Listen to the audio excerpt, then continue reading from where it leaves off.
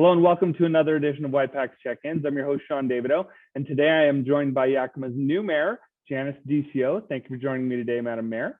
Thank you. Now, you are new to the Yakima City Council, elected in 2022. You were also appointed during the first meeting of 2022 as Yakima's mayor. Can you talk a little bit about your experiences on the council for the first few meetings? Sure. Well, so far, I'm very encouraged by the way that the council members and the city manager and his team have worked together. Being new to this, I have found them to be extremely helpful with scheduling and preparing for council meetings and study sessions. And I was in a bit of a daze the first meeting because I wasn't really expecting to be, I wasn't prepared or expected to be leading it, but everyone has been patient and helpful and making this an enjoyable experience. Wonderful. Now, talk about some of the responsibilities for the mayor. You are one of 7 council members, but you run the meetings, right? That is kind of the job of the mayor. What else do you know that the mayor does? Well, yes, the thing that sets me apart is that I do run the meetings. I also sit on a lot of board, as we all do. We all sit on boards and commissions. I also go to special events. I'm asked a lot. I'm the person that's asked often to go to an event, to show up, like there'd be ribbon cuttings or that sort of thing. So it's a ceremonial role. I have no more power than any other council member, but I do have that title. So they need somebody to go and do those things. So that's right. You get to represent our community at many of the wonderful events that do happen here. A lot of stuff at the convention center, a lot of, like you say, new businesses will open. You'll go and help show the city of Yakima and cut the ribbons and show us off a little bit. Exactly. Absolutely. So I'm happy to do it. Yes, absolutely. Now, let's talk about some of the challenges. With COVID-19, the council has moved to a hybrid meeting format. That's new. After COVID hit, we went to all Zoom meeting format. Can you talk about that decision and how did the group come to that choice? I think it came about because we realized that we still want to be able to see our constituents in person. And for those who wanted to be there in person, they could have a voice to do that, even though we are able to have them come on Zoom if they want, because it's open to the public too. But frankly, I find communicating in person more comfortable. And I'm very accustomed to Zoom, so I'm good with either way. But there are times when we can't meet in person for whatever reason, and because we're still in the midst of a pandemic, for the safety of ourselves and others, we are fortunate to have the option of a hybrid meeting. It seems to be working well, and we now have a choice, which is good. And I will always aim to be there in person, but there may be times when it's necessary to be virtual. The important thing is that we are still able to meet, we receive good input from our visitors and guests, and we get the work done. So yeah, I think that was kind of a no-brainer to be able to do it both ways. Absolutely. And thank goodness for the technology we have. We are virtual right now. It is just a good option that technology has brought us to a place where we can, even in these difficult times, we can still communicate, and you guys can still get the business done for the city. Yes. And sometimes our guests have quite a ways to come, or they're from another city, and we get to actually see their face instead of a phone call, which is nice. But if it's bad weather, it's great because we can still have them there. It's wonderful to have those options. Now let's talk about some of the priorities. Being new to the council, I'm sure you're getting a lot of information coming your way. Let's talk about what you understand as some of the priorities for the coming year.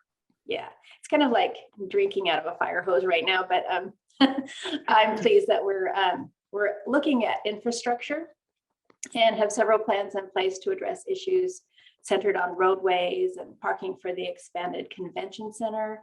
And we have some recreational items like a new community pool in Southeast Yakima and a possible bicycle pump track in Randall Park. So I'm really happy about those things. But of course, we are all very interested in addressing the issue of homelessness and adding affordable housing. That will be an ongoing discussion for quite some time because it's not an easy fix. That and crime, of course, are our two biggies that don't have easy solutions. but we're doing what we can. And my hope is that whatever issues arise, that we can work hard to find solutions so that our community can feel confident that we're doing the best that we can for them. We all sit on, like as I said, we all sit on boards and committees where many of these issues overlap, so we can widen our circle of influence to get more done, and that way we know what's going on in town and what's the what we can do to help. So absolutely. What are some of the things you would like to see? You mentioned some of the group. Is there anything, you represent a certain district and you have your certain constituents? Is there anything you would like to see, some of the reasons that you ran for council? Well, yes, the homelessness issues. I really do. I'm encouraged by some of the things that I've heard about, working with mental health. And I mean, I really am a big proponent of prevention before, if we can get people to not become homeless in the first place, that's our goal. The same with gangs. If we can get the kids not to join the gangs. So I think we have to go back to the cause of things and work on those. That's really what my biggest two issues are. And of course, infrastructure. I want people to feel, I want people to be safe and comfortable in their city, and I want them to be proud of it. So I hope that we can do that. I hope we can make those kind of decisions. Safe roads, safe sidewalks, safe streets. So yes. And anything that comes my way that can promote that and it sounds good and reasonable, I want to do it. So absolutely. Let's talk about now. We mentioned you are one of 7 members on the council. There are 2 other new members, and it's a fairly, I don't want to say new council, but there's most of the elected officials are first term or second term elected. Can you talk about how you can help make this group work together?